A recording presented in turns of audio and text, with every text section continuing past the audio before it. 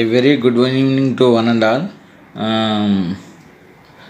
నా పేరు బిఎల్విఎన్ Anand Babu. Government high school Korukonda స్కూల్లో వర్క్ చేస్తున్నాను. ఈరోజు మనం 9th క్లాస్కి సంబంధించి ఫస్ట్ లెసన్ మోషన్ అనే లెసన్ని ఎక్స్ప్లెయిన్ చేసుకోవడానికి ట్రై చేద్దాం. ఇక్కడ ఈ సిరీస్లో భాగంగా ప్రతి ఒక్కరికి Anveshan science centre ASC live అనే యూట్యూబ్ ఛానల్ ద్వారా నేను మీకు రికార్డెడ్ వీడియోస్ అలాగే లైవ్ క్లాసెస్ 8th, 9th, 10thకి షెడ్యూల్ టైంలో ప్లాన్ చేస్తూ మీ అందరికీ అందుబాటులో ఉంచుతున్నాను. ఎక్కువ మంది యూట్యూబ్ని ఉపయోగించుకుని సబ్స్క్రైబ్ చేసి ఎప్పటికప్పుడు రెగ్యులర్గా 8th, 9th, 10th క్లాస్ పిఎస్లో వచ్చే అన్ని రకాల లెసన్స్ సంబంధించిన డీటెయిల్డ్ ఇన్ఫర్మేషన్ని మీరు అందుకోవచ్చు. అదే సమయంలో ప్రతి 9th క్లాస్ స్టూడెంట్స్కి అయితే ప్రతి గురువారం మనకి గూగుల్ మీట్ మధ్యాహ్నం 2 గంటలకి గూగుల్ మీట్ క్లాస్ ద్వారా డౌట్స్ క్లారిఫికేషన్ కూడా దీంతో ఫాలోఅప్ చేస్తున్నాను. నౌ వీఆర్ సర్టెన్లీ బిఎంఎస్పి బోస్ అన్వేషణ సైన్స్ సెంటర్ అనేది విజ్ఞాన్ ప్రసార్లో విప్నెట్ క్లబ్లో ఒక మెంబరు, అంటే department of science and technology Indian government సపోర్ట్తో రన్ అవుతున్న ఆర్గనైజేషను, వాలంటరీ ఆర్గనైజేషన్. దీన్ని అందరూ సద్వినియోగం చేసుకుని మరింత మందికి షేర్ చేయడం ద్వారా ఎక్కువ మంది స్టూడెంట్స్కి ఇది చేరేటట్లాగా మీ ఫ్రెండ్స్కి, మీ స్కూల్లో పిల్లలకే కాకుండా మీ చుట్టాలు ఎవరెవరైతే 8th, 9th, 10th క్లాసుల్లో చదువుతున్నారో వాళ్ళందరికీ కూడా ఈ ఏఎస్సి లైవ్ అనే యూట్యూబ్ ఛానల్ని సపోర్ట్ ఇచ్చి వాళ్ళందరూ కూడా ఈ క్లాసెస్ బాగా పార్టిసిపేట్ చేసి తీసుకునేటట్లాగా చూస్తారని ఆశిస్తున్నాను. Thank you. మనం ఇప్పుడు రెగ్యులర్ క్లాస్లోకి రన్ అవుదాం. దాంట్లో ఇవాళ మనం చెప్పుకునే లెసన్ ఏంటంటే చలనం. దట్ ఈజ్ 9th క్లాస్లో ఫస్ట్ లెసన్. ఒకప్పుడు ఇది పాత లెసన్లో ఉండేది. ఈ చలనం అని అంటే motion. What is motion? Body which is moving from one place to another place with a small difference of time. ఒక వస్తువు ఒక స్థానం నుంచి ఇంకో స్థానానికి కొంత టైంలో, కొంత కాలంలో కదలడాన్ని ఏమంటారు? చలనం అంటారు. ఇక్కడ చలనం 2 రకాలమ్మా. చలనం అనేది ఎప్పుడు కూడా సాపేక్షమైంది, అంటే it is a relative concept. Because అది మనం కదులుతున్నప్పుడు, ఎదుటి వాళ్ళు కదలకుండా ఉన్నప్పుడు ఉన్న పరిస్థితిని బట్టి. ఇక్కడ ఒక ఎగ్జాంపుల్ ఇచ్చాడు చూడండి. మనకి కుడి ఎడమ ఎదుటివాడి వ్యక్తిని బట్టి మనకు ఎదుర్కొంటూ ఉన్నవాడు కుడివైపు అంటే మనకు ఎడమవైపు అవ్వచ్చు. అలా మనం చూసే కోణాన్ని బట్టి కుడి ఎడమ తేడాగా ఉంటుంది, పైన కింద. అది కూడా ఒక వ్యక్తి హైట్లో ఉన్నాడు, అంటే ఫస్ట్ ఫ్లోర్లో ఎక్కడి నుంచో, సెకండ్ ఫ్లోర్లో, థర్డ్ ఫ్లోర్ నుంచి చూస్తున్నాడు. మనం కింద ఉన్నాం అనుకోండి. మనం కింద నుంచి చూస్తున్నప్పుడు అతను పైన ఉన్నట్టు, అతను పైనుంచి చూస్తున్నప్పుడు మనం కింద ఉన్నట్టు సాపేక్షంగా అనుకుంటాం. పైన కింద, కుడి ఎడమ, ముందుకి వెనక్కి, ఇవన్నీ కూడా ఏంటంటే సాపేక్షమైనవి. డైరెక్ట్గా వాటిని మనం ఒక వ్యక్తి కోణంలో ఒక రకంగా ఉంటే ఇంకో వ్యక్తి కోణంలో అలాగే చలనం కూడా సాపేక్షమైంది. ఫర్ ఎగ్జాంపుల్, మనం ట్రైన్లో కూర్చున్నాం, ట్రైన్ కదులుతుంది, ముందుకెళ్ళిపోతుంది. కానీ మనం కిటికీలోని చూస్తే ఎలా అనిపిస్తుంది? భూమే, చెట్లు, చేమలు, చుట్టూ ఉన్న వస్తువులు అన్నీ వెనక్కి కదిలి వెళ్ళిపోతున్నట్టు అనిపిస్తాయి. మనం ముందుకెళ్తున్నట్టు మనం అని ఫీల్ అవ్వం. కారణం, మనం ట్రైన్ వేగంతో సమానంగా ముందుకెళ్ళిపోతున్నాం కాబట్టి. ఈ విషయాన్ని గుర్తుంచుకోండి. అంటే ఇది సాపేక్షమైంది అనే విషయం గుర్తుంచుకోండి. నెక్స్ట్, అదేవిధంగా ఏ వ్యక్తి ఎటుపక్క నుంచి చూస్తుంటే దాన్ని బట్టి, ఇప్పుడు 2 రైళ్ళు కదులుతున్నాయి, 2 ఒకే స్పీడ్తో ఒకే విధంగా వెళ్తే అప్పుడు 2 రైల్లో కూర్చున్న వ్యక్తులు ఎలా ఫీల్ అవుతారంటే, ఖచ్చితంగా అక్కడ వాళ్ళిద్దరూ కూడా కదలకుండా ఒకళ్ళనొకళ్ళు చూసుకున్నట్టు ఉంటారు. కానీ బయట చూస్తున్న వ్యక్తికి తెలుస్తుంది, ఏమని? ప్లాట్ఫామ్ మీద చూస్తున్న వ్యక్తికి తెలుస్తుంది వాళ్ళిద్దరూ 2 ట్రైన్లో వేర్వేరు ట్రైన్లో ఉన్నారని, అవి 2 సమానమైన స్పీడ్తో ప్రయాణం చేస్తున్నాయని. లేదా ఒక పక్షి ఎగురుతుంది అనుకోండి, ఆ పక్షి ఎగురుతున్న పక్షికి తెలుస్తుంది 2 రైళ్ళు సమాన వేగంతో ప్రయాణం చేస్తున్నాయి. అంటే ఆ వాస్తవిక వ్యవస్థ నుంచి బయటికి వచ్చి చూసినప్పుడు మాత్రమే తెలుస్తుంది అన్నమాట. ఈ విధంగా చలనం అనేది సాపేక్షమైంది అనేది ఉదాహరణకి. అంటే చలనం ఎక్కడ చూసినా సరే సాపేక్షమైందే. వస్తువులు ఒక వ్యక్తి కదలకుండా ఉన్నప్పుడు, ఇంకొకటి కదులుతున్నప్పుడు, అప్పుడు కదులుతున్న వస్తువుని మనం చలనంలో ఉందంటాం. In that way this is a relative concept. Because this motion is certainly it is certainly giving an information that either it is right or left, top or bottom. In that way, as like that, it is clearly stated that a body which is under motion, that should be represented by the other body observer, and that he is also under the motion or he is static. Then only we will certainly observe. For example, the bodies which are for example, we are revolving, we are on the earth. That means the earth is moving with some velocity or some speed, but we are not experiencing that speed. But the person who is going outside the earth, that means who is certainly going out through a rocket or some other plane, he will observe that the most of the people are certainly revolving around the revolving along with the earth speed. Then only it is clearly stated in that way. Next, second one, this is a relative one. That means motion is a relative, చలనం సాపేక్షమైంది. సోమేషు దృష్ట్యా ఇక్కడ car driver తను వేగంతో ప్రయాణం చేస్తున్నాడు. Car డ్రైవర్ని దృష్టిలో ఉంచుకుని ఉంటే చెట్టు వెనక్కి వెళ్ళిపోతున్నట్టు, చెట్టు కదులుతున్నట్టు ఫీల్ అవుతాడు. కారుతో పాటు తను డ్రైవ్ చేస్తున్న కారుతో పాటు తను హ్యాపీగా వెనకాలకి వస్తువులన్నీ వెనక్కి వెళ్ళిపోయినట్టు ఫీల్ అవుతాడు. ఇక్కడ in that way the body which is under motion that doesn't experience that it is under motion, it is under certain velocity. The rest of the things are certainly going back. In that way సాపేక్షమైన చలనము అంటే చలనం సాపేక్షమైంది. That means motion is under relative sense. వస్తువులు కదులుతున్నప్పుడు ఆ వస్తువులో భాగమై ఉంటే, ఆ కదులుతున్న వస్తువులో భాగమై ఉంటే అతను కూడా చలనంలో ఉన్నట్టు ఫీల్ అవ్వడం, మిగతా చుట్టూ ఉన్న వ్యవస్థలన్నీ చలనంలో ఉన్నట్టు ఫీల్ అవుతాడు అనమాట. ఏం కదా. దెన్ నెక్స్ట్ కమింగ్ టు దూరము, స్థానభ్రంశము, ఈ విషయాల గురించి చూద్దాం. This is a road map under which a car is certainly moving from a మనం దాన్ని డిస్టెన్స్ అండ్ డిస్ప్లేస్మెంట్కి సంబంధించిన ఎక్స్ప్లెనేషన్ చెప్పుకుందాం. ఇక్కడ ఒక వస్తువు ఒక ఇంటి దగ్గర నుంచి బయలుదేరి, అంటే కారు కొంత దూరం ప్రయాణం చేసింది. ఇక్కడ ఏ అనే స్థానం నుంచి బి అనే స్థానానికి ప్రయాణం చేసింది అనుకుందాం. అలా ప్రయాణం చేసింది అనుకుంటే ఇక్కడ చూస్తే జాగ్రత్తగా గమనించండి, ఏ స్థానం నుంచి బి స్థానానికి వంపుగా ప్రయాణం చేసింది. రోడ్డు అటు వంపుగా ఉంది కాబట్టి. కానీ అదే ఏ స్థానం నుంచి బి స్థానానికి ఒక పక్షిని వదిలితే వెళ్ళమని చెప్తే అది స్ట్రైట్గా ఇక్కడ రెడ్ లైన్ కనిపిస్తుంది కదా, ఆ రెడ్ లైన్ మీదుగా క్రాస్ చేసి ఎగురుతూ ప్రయాణం చేసి వెళ్ళిపోయింది. ఈ రెండు పాయింట్లని మనం జాగ్రత్తగా అబ్జర్వ్ చేస్తే ఏ నుంచి బి దాకా రెండు మార్గాల్లో ప్రయాణం చేసినట్టు. కారు ప్రయాణం చేసిన మార్గం కొద్ది వంపుగా ఉంది, తన దిశ ఎప్పటికప్పుడు మార్చుకుంటూ ప్రయాణం చేసింది. అందువల్ల దిశతో సంబంధం లేకుండా కారు ప్రయాణం చేసే మార్గాన్ని దాన్ని దూరం అని పిలుస్తాం. అందువల్ల అది అదిశ రాశి అయింది. In that way the car is moving in different direction, moving from A to B in different directions. It changes its direction from time to time. That's why this type of motion is called distance. That it covered from A to B in without having any direction. That's why distance. This is called distance. This is a scalar unit. Scalar అంటే దిశ లేకుండా ఉండే angle. The body which is having certain magnitude but without any direction is called that, but changes its direction, that is called distance. It is a scalar unit. ఏ వస్తువు అయినా సరే కదులుతూ దాని యొక్క దిశతో సంబంధం లేకుండా దిశ మార్చేసుకుంటూ ముందుకు ప్రయాణం చేసుకోకపోతే అలాంటి దాన్ని అదిశ రాశి అంటాం, స్కేలార్ అంటారు, స్కేలార్ యూనిట్ అని పిలుస్తారు. దానికి ఉదాహరణగా ఇక్కడ దూరము, దట్ ఈజ్ డిస్టెన్స్ అని చెప్పొచ్చు. బట్ ఇక్కడ చూడండి, ఏ నుంచి బికి ఇదే పక్షి ఒక ప్రాంతం నుంచి ఇంకో ప్రాంతానికి వెళ్ళింది, డైరెక్ట్గా స్ట్రైట్ లైన్లో వెళ్ళిపోయింది ఎగురుతూ.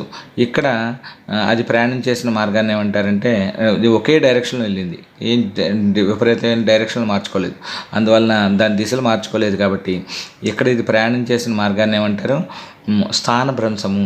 ఇది సదిశ రాశి. సదిశ అంటే a body which is having both magnitude and a particular direction is called vector quantity, vector unit అని పిలుస్తారు. ఇక్కడ దీన్ని అంటే ఏ పద ఏ ఏ భౌతిక రాశికి అయితే దిశ మరియు పరిమాణం రెండు ఉంటాయో అలాంటి, అంటే దిశ ఉంటుంది, పరిమాణం ఉంటుంది, అలాంటి దాన్ని సదిశ రాశి అని పిలుస్తాం. Here it is displacement. ఇక్కడ దీనికి ఉదాహరణ స్థానభ్రంశం. ఇందాక దిశతో సంబంధం లేకుండా ప్రయాణం చేసిన ఆ దిశ రాశి, ఆ భౌతిక రాశి ఏంటమ్మా? దూరం. దాన్ని డిస్టెన్స్ అని పిలిచాం. వేరే ఈ రెండు కూడా లెంగ్త్ ప్రకారం కొలిసినవే. లెంగ్త్ అంటే దూరం అదే మనం కొలత ప్రకారం పొడవుని కొలిసేవే. కానీ ఒకటి డైరెక్షన్లెస్గా ఉండడం వలన దిశతో సంబంధం లేకుండా దాన్ని డిస్టెన్స్ ఆర్ దూరము అని పిలుస్తాం. అలా కాకుండా ఇంకొకటి దిశతో సంబంధించి ఒక ప్రత్యేకమైన దిశలో కొంత దూరం ప్రయాణం చేసినప్పుడు అంటే రెండు బిందువుల మధ్య అత్యంత తక్కువ దూరం ప్రయాణం చేసింది, స్ట్రైట్గా వెళ్ళిపోయింది, వంకరలు తిరగకుండా. అలాంటి దిశతో ఉండి ప్రయాణం చేసినప్పుడు దాన్ని డిస్ప్లేస్మెంట్, స్థానభ్రంశం అని పిలుస్తాం. ఈ విషయం గుర్తుంచుకోండి. అంటే రెండు బిందువుల మధ్య అతి తక్కువ దూరంలో అది ప్రయాణం చేసిన అత్యల్ప దూరాన్ని ఏమంటారమ్మా? అంటే వంకర లేకుండా స్ట్రైట్గా ఒకే దిశలో ప్రయాణం చేసే అత్యల్ప దూరాన్ని ఏమంటారు? స్థానభ్రంశము లేదా డిస్ప్లేస్మెంట్ అంటారు. It is a vector quantity. ఇది సదిశ రాశి. ఇక నెక్స్ట్ గ్రాఫ్పై మనం ఇక్కడ గమనించండి. ఇంకొక ఇంపార్టెంట్ ఏంటంటే average velocity and average speed. ఇక్కడ గమనించండి, మనం ఏ నుంచి బీకి ఒక వస్తువు ప్రయాణం చేసినప్పుడు యావరేజ్ వెలాసిటీ అంటే సరాసరి వడి, సరాసరి వేగము, వడి. ఈ మాటలు గుర్తుంచుకుందాం. వడి, వేగము, ఈ రెండు మాటలు ఇంట్రడ్యూస్ చేద్దాం. వడి అన్నా వేగం అన్నా ఒకటే, కాకపోతే ఇంగ్లీష్లో స్పీడ్ అండ్ వెలాసిటీ అనేది ఇందాక నేను చెప్పినట్టు స్పీడ్ అనేది డిఫరెన్స్ ఏంటంటే, ఇందాక మనం చెప్పుకున్నట్టు గోదావరి వడిగా ప్రవహిస్తుంది. అంటే వడి అంటే సుడిగుండాలు తిరుగుతూ మధ్యలోంచి అంచుల్లోకి నీళ్లు ఏ డైరెక్షన్లో కావాలంటే ఆ డైరెక్షన్లో ప్రయాణం చేస్తుంటాయి. అంటే దీన్ని బట్టి దానికి దిశ లేదు, ఎక్కడి నుంచి ఎక్కడికి వెళ్తున్నాయో కూడా తెలుస్తలేదు. అందువల్ల అలాంటి అంటే అది కాలంతో పాటు దాని యొక్క దూరంలో కూడా మార్పు వచ్చింది. కొన్ని చోట్ల స్పీడ్గా పరిగెడుతుంది, కొన్ని చోట్ల స్లోగా ప్రయాణం చేస్తుంది. అలాంటి దాన్ని అంటే దిశతో సంబంధం లేకుండా కాలంతో పాటు వస్తువు యొక్క దూరంలో మార్పు వస్తే దాన్ని ఏమంటారు? వడి అంటారు. ఈ పాయింట్ గుర్తుంచుకోండి. That means this is called speed is nothing but the distance is regularly changing, rate of change of distance with reference to time. The rate of change of distance with reference to time without taking any direction. దిశతో సంబంధం లేకుండా ఒక వస్తువు కాలంతో పాటు దాని యొక్క దూరాన్ని మార్చుకుంటూ ఉంటే దాన్ని వడి అంటారు. The rate of change of distance without with the change in direction or with no direction అంటే దిశతో సంబంధం లేకుండా దట్ ఈజ్ కాల్డ్ స్పీడ్ అని పిలుస్తారు. అదే వెలాసిటీ అంటే ఏంటో చూద్దాం. వేగం అంటే ఏంటి? ఇందాక వడి అయింది అంటే దిశతో సంబంధం లేకుండా. అలా కాకుండా మనం ఒక ప్రత్యేకమైన ఒక స్టార్టింగ్ పాయింట్ నుంచి ఒక ఎండింగ్ పాయింట్కి, ఫర్ ఎగ్జాంపుల్ రాజమండ్రి వస్తున్నాం కోరుకొండ నుంచి అనుకుంటే, కోరుకొండ బూరుగుపూడి దాటాక స్ట్రైట్ రోడ్ కొంతమూరు దాకా, మళ్ళీ ఎక్కడా వంపులు లేవు, స్ట్రైట్ క్లియర్గా ఉంటుంది, ఎక్కడా కూడా చిన్న అడ్డులు కూడా రావు. అలాంటప్పుడు బండిని మనం 40 కిలోమీటర్ల మీద వదిలేసి అలా స్మూత్గా వెళ్ళిపోతుంటాం. అలాంటప్పుడు అక్కడ మనం మారుస్తున్నది ఏంటమ్మా? వేగం. ఇక్కడ ఒక పర్టికులర్ దిశలోనే వెళ్తున్నాం. అందువలన ఇక్కడ మనం దీన్ని ఏమంటారు? వెలాసిటీ. ఇందాక స్పీడ్ అన్నాను, ఇందాక డైరెక్షన్ లేదు, ఇష్టం వచ్చినట్టు నదిలో ప్రవాహం ఇష్టం వచ్చినట్టు ప్రయాణం చేస్తుంటుంది కదా. ఇక్కడ ఉండేదాన్ని స్పీడ్ అంటారు. దీన్ని వెలాసిటీ అంటారు. దీన్ని తెలుగులో వేగం అంటారు. వేగం అంటే కాలంతో పాటు వస్తువు యొక్క స్థానభ్రంశంలో మార్పును ఏమంటారు? ఒక ప్రత్యేకమైన దిశలో వస్తువు యొక్క స్థానభ్రంశంలో మార్పును ఏమంటారు? వేగం అంటారు. ఒక వస్తువు ఒక ప్రత్యేకమైన దిశలో దాని యొక్క స్థానభ్రంశంలో మార్పు రేట్ని వేగం అంటారు. ఇంగ్లీష్లో వెలాసిటీ ఎలా అంటే the rate of change of displacement స్థానభ్రంశం అంటే ఒక షార్టెస్ట్ డిస్టెన్స్ కాబట్టి ఒకే రెండు బిందువుల మధ్య ప్రయాణం చేసే అత్యల్ప దూరం కాబట్టి the rate of change of displacement in a particular direction is called velocity. రెండిట్లకి ప్రమాణాలకి ఇందాక స్థానభ్రంశం దూరం రెండిట్లకి డిస్టెన్స్ అండ్ డిస్ప్లేస్మెంట్కి ప్రమాణాలు metres in SI system, SI పద్ధతిలో మీటర్లు. అదే వేగానికి వడికి ప్రమాణాలు metre per second. The units for both speed and velocity is metre per second. ఈ పాయింట్ గుర్తుంచుకోండి. ఇక నెక్స్ట్ పాయింట్కి వచ్చేటప్పటికి సరాసరి వడి, తక్షణ వడి. ఇది వెరీ ఇంపార్టెంట్. ఇంగ్లీష్లో వీటిని సరాసరి వడి, average speed and average velocity, and తక్షణ వడి that is called instantaneous velocity or instantaneous speed అని పిలుస్తాం. ఇక్కడ చాలా ఇంపార్టెంట్గా మనం గుర్తుంచుకోవాల్సింది సరాసరి వడి, average velocity speed. Average speed అంటే ఏమి లేదు, మనం ఎంత దూరం ప్రయాణం చేసాం, ఎంత టైంలో ప్రయాణం చేసాం, ఆ రెండింటిని యావరేజ్గా క్యాలిక్యులేట్ చేస్తే వచ్చేది యావరేజ్ స్పీడ్. ఆ రెండింటి యొక్క సరాసరిని అంటే ఇప్పుడు 10 కిలోమీటర్లు ప్రయాణం చేసాం, 10 నిమిషాల్లో ప్రయాణం చేసాం. అప్పుడు యావరేజ్ స్పీడ్ సరాసరి వేడి ఎంతంటే 100 కిలోమీటర్లు, అదే 10 కిలోమీటర్లు బై 10 సెకండ్లు. దట్ ఈజ్ ఈక్వల్ టు ఎంత అవుతుంది, 1 మీటర్, అదే 1 కిలోమీటర్ పర్ సెకండ్.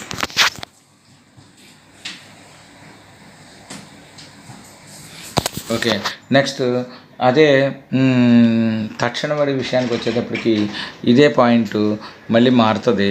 ఎలా మారుతుంది అంటే, తక్షణ వడి అంటే ఇప్పుడు మనం స్పీడోమీటర్లో చూస్తున్న వడి. ఫర్ ఎగ్జాంపుల్ ఆ క్షణంలో, ఆ పర్టికులర్ క్షణంలో స్పీడోమీటర్లో కనిపించే వెలాసిటీ, దాని స్పీడోమీటర్లో కనిపించే స్పీడ్ని ఏమంటారు, మనం బండి మీద ప్రయాణం చేస్తున్నప్పుడు, కారు మీద ప్రయాణం చేస్తున్నప్పుడు, లారీ మీద ప్రయాణం చేస్తున్నప్పుడు, ఏ వెహికల్ మీద ప్రయాణం చేస్తుంటే ఆ వెహికల్లో ఉండే స్పీడోమీటర్లో కనిపించే వడిని తక్షణ వడి, దట్ ఈజ్ ఇన్స్టంటేనియస్ వెలాసిటీ. అంటే ఆ పర్టికులర్ టైంలో మనం చూస్తున్న సమయంలో అక్కడ ఉండే స్పీడోమీటర్లో కనిపించే స్పీడ్ని ఏమంటారు, తక్షణ వడి.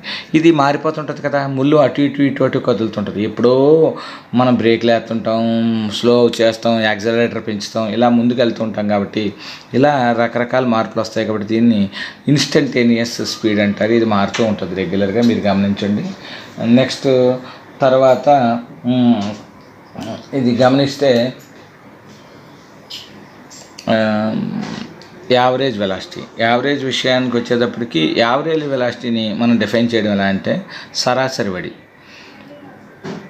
రెండు బిందువుల మధ్య ఒక వస్తువు ప్రయాణిస్తున్నప్పుడు అది సమాన కాల వ్యవధుల్లో, దాని సమాన కాల వ్యవధుల్లో సమాన దూరాలని అది దాటితే దానికి ఉండే వడిని సరాసరి వడి అంటారు. సమాన కాల వ్యవధుల్లో సమాన దూరాలను ఒక వస్తువు దాటితే, సమాన కాల వ్యవధులు కాదు, ఒక వస్తువు రెండు బిందువుల మధ్య వస్తువును దాటుతున్నప్పుడు అది ప్రయాణం చేసిన దూరము బై అది ప్రయాణం చేసిన కాలముల మధ్య భేదాన్ని, కాలములను ఎంత దూరంలో, ఎంత సమయంలో, ఎంత దూరం ప్రయాణం చేసిందో చెప్పడాన్ని ఏమంటారమ్మా, సరాసరి వడి. అంటే దూరం బై కాలముల మధ్య నిష్పత్తి సరాసరి వడి అవుతుంది. తక్షణ వడి, ఆ క్షణంలో, ఏదైనా ప్రత్యేకమైన ఆ క్షణంలో ఒక వస్తువు ఎంత వేగంతో ప్రయాణిస్తుందో, అంటే ఎంత కాలంలో ఎంత దూరం ప్రయాణం చేస్తుందో ఆ క్షణంలో చెప్పడాన్ని ఏమంటారు, తక్షణ వడి అంటారు. ఇంగ్లీష్లో చూడండి, average velocity. If a body is moving from one distance to another distance, then in a particular interval of time, then the ratio between distance and time is called average velocity. ఇక్కడ తక్షణ వడిని ఇంగ్లీష్లో instantaneous velocity అంటారు. Instantaneous velocity అంటే it is the velocity observed at that particular instance. That means if we observe the speedometer, then it gives the information about instantaneous velocity, in which it gives how much of distance is covered in small interval of time at that moment is called instantaneous velocity. For average velocity and instantaneous velocity, both are having the same units as means and same measurements as meter per second square in SI system. సరాసరి వడికి తక్షణ వడికి కూడా same రెండిట్లకి కూడా ఒకే రకమైన ఏముంటుందమ్మా ప్రమాణాలు ఉంటాయి, metre per second దానికి ప్రమాణాలు. నెక్స్ట్ ఇది సమచలనం. దీన్ని సమవేగం లేదా సమవడి అని కూడా పిలుస్తారు. ఇక్కడ చూడండి ఈ గ్రాఫ్లో కాలం ఏమో x అక్షం మీద y అక్షం మీద కిలోమీటర్ల దూరంలో తీసుకున్నాం. ఇలా తీసుకున్నప్పుడు ఒక్కొక్క గంటకి 10 కిలోమీటర్ల దూరం ప్రయాణం చేశాడు. ఫస్ట్ గంటకి 10 కిలోమీటర్లు ప్రయాణం చేశాడు, రెండో గంటకి 20 కిలోమీటర్లు ప్రయాణం చేశాడు, మూడో గంటకి 30 కిలోమీటర్లు ప్రయాణం చేశాడు, నాలుగో గంటకి 40 కిలోమీటర్లు ప్రయాణం చేసి దాటి ముందుకు ప్రయాణం చేస్తున్నాడు. దీన్ని బట్టి సమాన కాల వ్యవధుల్లో సమాన దూరాలను ఒక వస్తువు దాటుతూ ఉంటే దానికి ఉండే వేగాన్ని ఏమంటారు? సమవేగము. ఇంగ్లీష్లో uniform velocity. Uniform velocity means if the body is moving if the body is crossing equal distances in equal interval of time.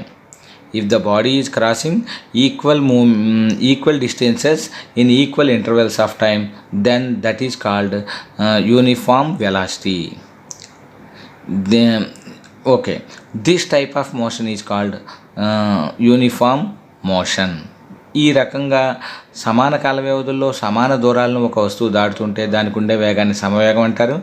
ఆ చలనాన్ని సమచలనము అని పిలుస్తారు. ఇది గుర్తుంచుకోండి, ఇది వెరీ ఇంపార్టెంట్. ఇక్కడ కూడా ఇది సమచలనం అంటే ఏ వస్తువు అయితే సమవేగంతో ప్రయాణం చేస్తుందో. ఫర్ ఎగ్జాంపుల్ చూడండి, ఈ అడ్డు లేనప్పుడు బండిని 40 కిలోమీటర్ల స్పీడ్లో అలా వదిలేస్తాం, స్లోగా అలా వెళ్ళిపోతాం, స్టాపీగా వెళ్ళిపోతుంటాం. ఎక్కడ గేదెలు కానీ వాహనాలు కానీ ఏమి అడ్డు రావు, మధ్యలో డివైడర్ ఉంటుంది, స్ట్రైట్గా వెళ్ళిపోతుంటాం. అలాంటప్పుడు దానికి ఉండే వేగాన్ని యూనిఫామ్ మోషన్ అంటాం, లేదా అలాంటి దాన్ని యూనిఫామ్ వెలాసిటీ అంటాం. అంటే అలాంటి చలనాన్ని సమచలనము, లేదా ఇంకా క్లియర్గా చెప్పాలంటే సమవేగంతో కూడిన చలనాన్ని సమచలనం అని పిలుస్తారు. నెక్స్ట్ ఇక్కడ చూడండి, ఈ గ్రాఫ్లో ఇది అసమచలనము, నాన్ యూనిఫామ్ మోషన్. ఇది మనకు సాధారణంగా మనం రోడ్ల మీద ముఖ్యంగా టౌన్లో ఇది రెగ్యులర్గా అబ్జర్వ్ చేసేది ఇదే. మేము కారు ఎక్కాక ఫస్ట్ గంట గడిచేటప్పటికి 20 కిలోమీటర్లు వెళ్ళాడు, సెకండ్ గంట ప్రయాణం చేసేటప్పటికి 60 కిలోమీటర్లు వెళ్ళాడు. చూసారా, ఒక్కసారిగా చాలా స్పీడ్గా కొట్టాడు అనమాట, అంటే వేగం పెరిగింది. ఇక్కడ మూడో గంట ప్రయాణం చేసేటప్పటికి 10 కిలోమీటర్లు వెళ్ళాడు. ఇక్కడ మధ్యలో అడ్డొచ్చినాయి అనమాట, వాహనాలు అడ్డొచ్చినాయి, గొర్రెలు అడ్డొచ్చినాయి, గేదెలు అడ్డొచ్చినాయి, ఇంకెవరన్నా ఏదైనా గతుకులు ఉన్నాయి, అందువలన అక్కడ తక్కువ వెళ్ళాడు. మళ్ళీ నాలుగో గంటలో ప్రయాణం చేసేటప్పుడు 30 కిలోమీటర్లు వెళ్ళాడు. ఈ విధంగా సమాన కాల వ్యవధుల్లో అసమాన దూరాలని, సమదూరాలని కాదు అసమాన దూరాలని, వేరువేరు దూరాలని దాటుకుంటూ పోతే అక్కడ ఆ వస్తువుకి లేదా వాహనానికి ఉండే వేగాన్ని అసమ వేగం అని పిలుస్తారు. అలాగే దానికి ఉండే చలనాన్ని అసమ చలనం అంటారు. ఈ పాయింట్ గుర్తుంచుకోండి.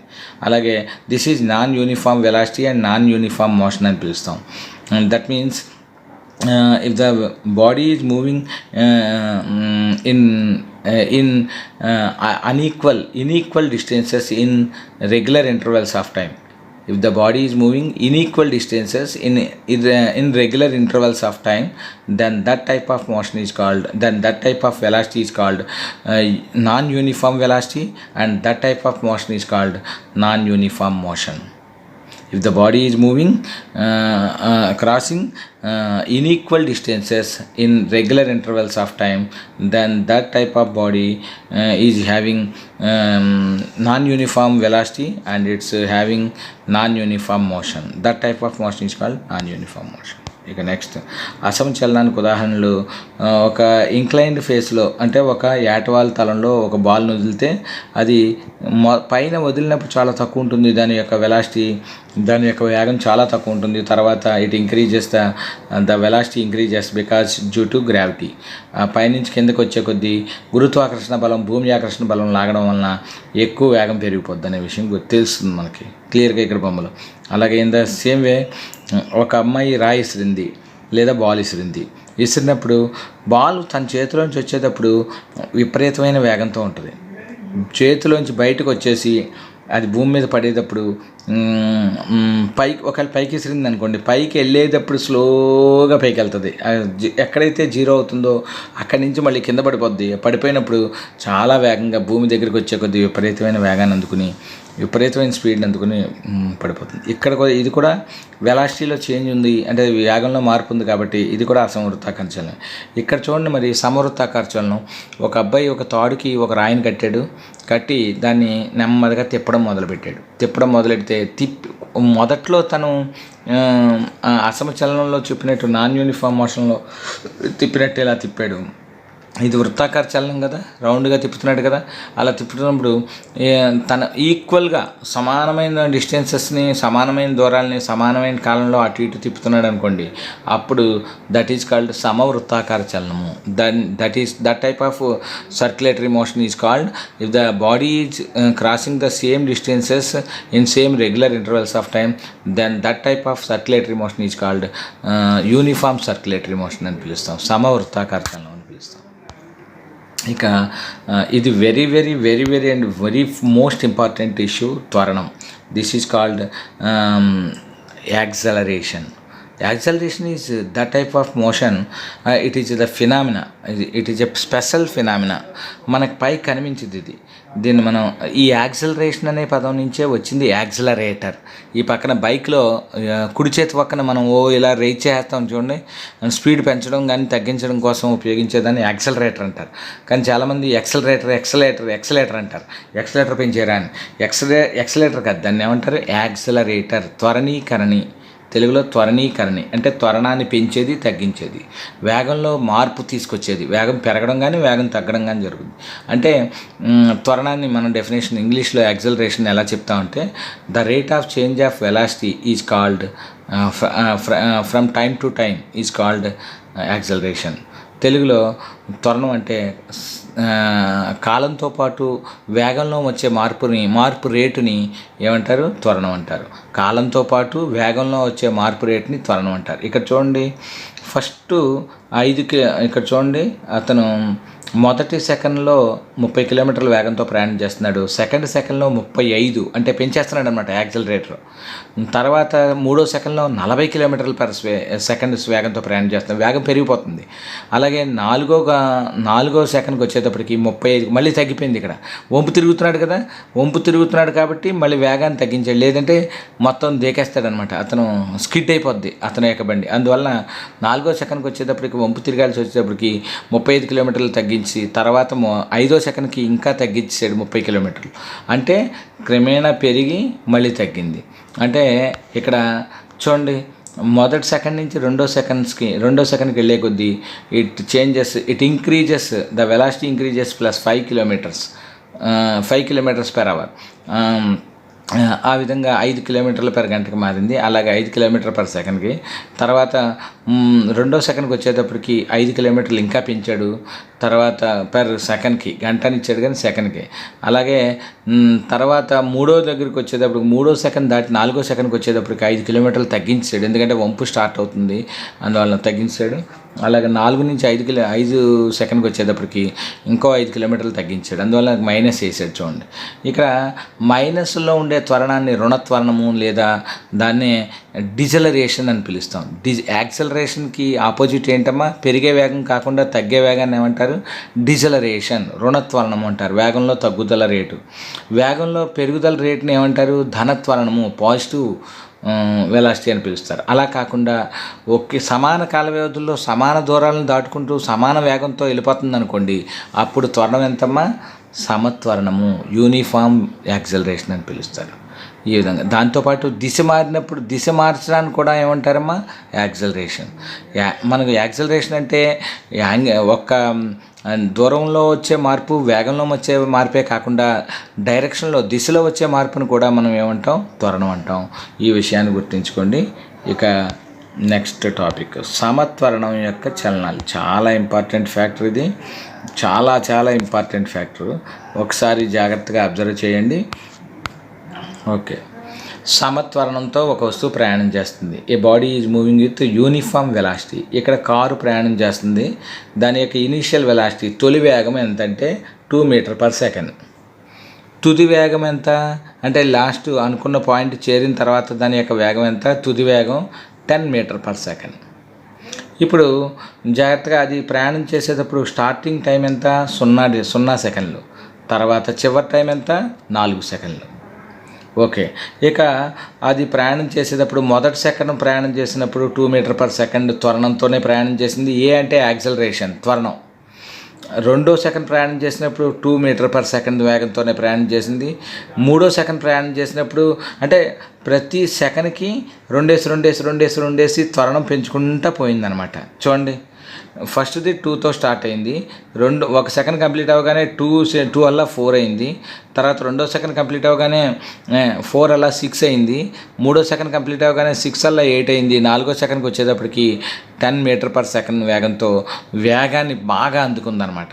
ఈ విధంగా వేగంలో పెరుగుదల కనిపించింది. అంటే 2 metre per second 2 metre per second చొప్పున పెరుగుతూ ఉందన్నమాట. ఈ విషయాన్ని మనం ఎలా గమనించవచ్చు, త్వరణం అనే దానికి సూత్రం ఏంటమ్మా, వేగంలో మార్పు రేటు బై కాలం.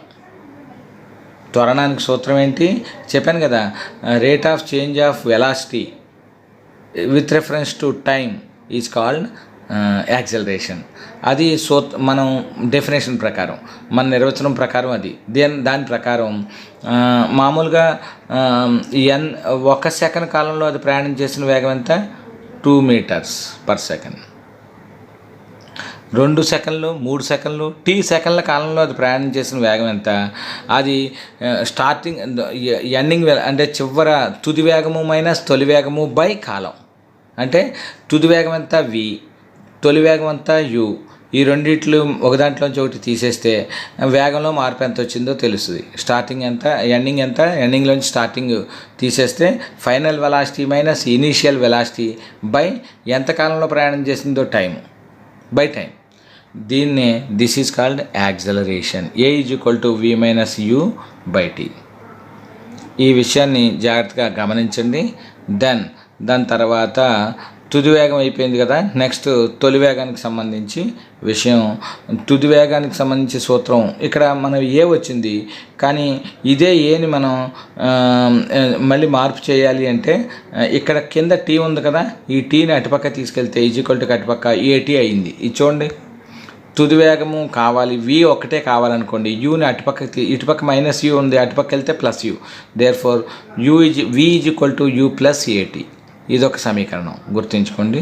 అలా కాకుండా కాలం కావాలనుకోండి, ఓన్లీ కాలం కావాలంటే టీని అటుపక్క పంపండి, అప్పుడు AT అవుద్ది. అప్పుడు ఆ ఏని ఇటుపక్క పంపండి, therefore t = v - u / a. అది రెండో సమీకరణం అవుద్ది.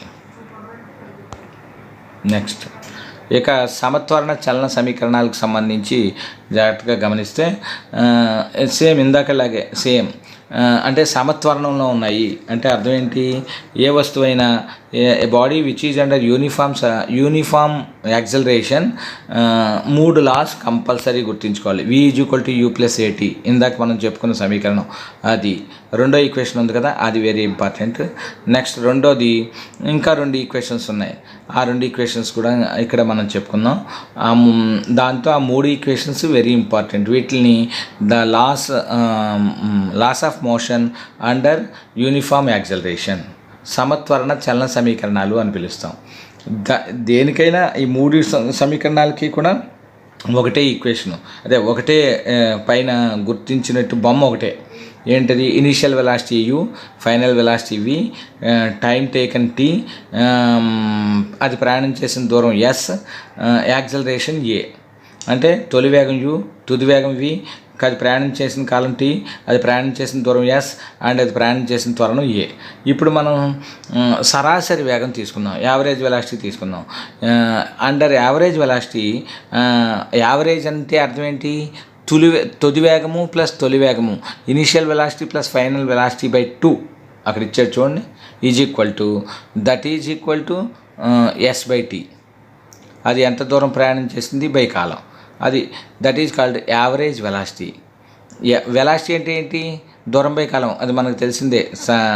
దట్ మీన్స్ వెలాసిటీ మీన్స్ వేగం అంటే అర్థం ఏంటి, దూరం బై కాలం, అది మనం ఫస్ట్లో చదువుకున్నాం కదా. అలా v + u / 2 = s/t. దాని ప్రకారం యావరేజ్ వెలాసిటీ వచ్చిందిగా. నెక్స్ట్ దీంట్లో ఈ v plus u by 2 is equal to s by t సమీకరణంలో v బదులు ఇందాక మనం ఈ సమీకరణంలో ఇక్కడ రెండో సమీకరణం చూడండి, v బదులు v is equal to u plus ఏటీ ఉంది కదా. ఈ సమీకరణాన్ని మనం ఇక్కడ ఇంప్లిమెంట్ చేసామనుకోండి.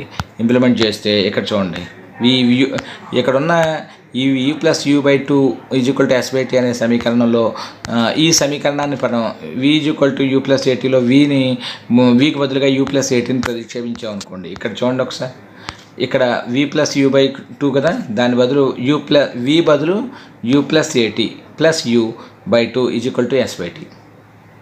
జాగ్రత్తగా గమనిస్తే దీన్ని అటు ఇటు మారిస్తే ఇక పైన రెండు కలిపేయండి, 2u ప్లస్ ఏటీ బై 2. రెండింటిని విడదీస్తామనుకోండి, 2u బై 2 ప్లస్ ఏటీ బై 2. 2u బై 2లో 2 కొట్టేసుకుంటే u మిగులుతుంది. ఏటీ బై 2లో ఏం కొట్టుకోలేం కాబట్టి అది అలాగా 1/2 ఏటీ అని రాయొచ్చు is equal to s by t. ఇక్కడ టీని భాగిస్తున్నాం, ఇటుపక్క వచ్చేస్తే ఏమవుద్ది, గుణిస్తాం. అందువలన యూకి టీ కలిస్తే యూటీ ప్లస్ 1/t హాఫ్ కదా, 1/2 half a into t square. S is equal to u t plus half a t square. ఇంకో equation s is equal to u t plus half a t square. ఈ విధంగా సమీకరణం రెండోది. ఇది వెరీ ఇంపార్టెంట్ సమీకరణం. ఇందాక మనం చూపెట్టినట్టు v is equal to u plus ఏటీ ఈ సమీకరణం ఒక ఇంపార్టెంట్ చలన సమీకరణం. అంటే ఇట్ ఈజ్ ఇక ఇది మొదటి సమీకరణంలో v is equal to u plus ఏటీ అనేది ఒక సమీకరణం. ఇది వెరీ ఇంపార్టెంట్ సమీకరణం. చలన సమీకరణాల్లో ఇది ఒకటి ఇంపార్టెంట్. లాస్ ఆఫ్ మోషన్లో ఫస్ట్ లా ఇది. Second law s is equal to u t plus half a t square, ఇది second law. This is second law of motion.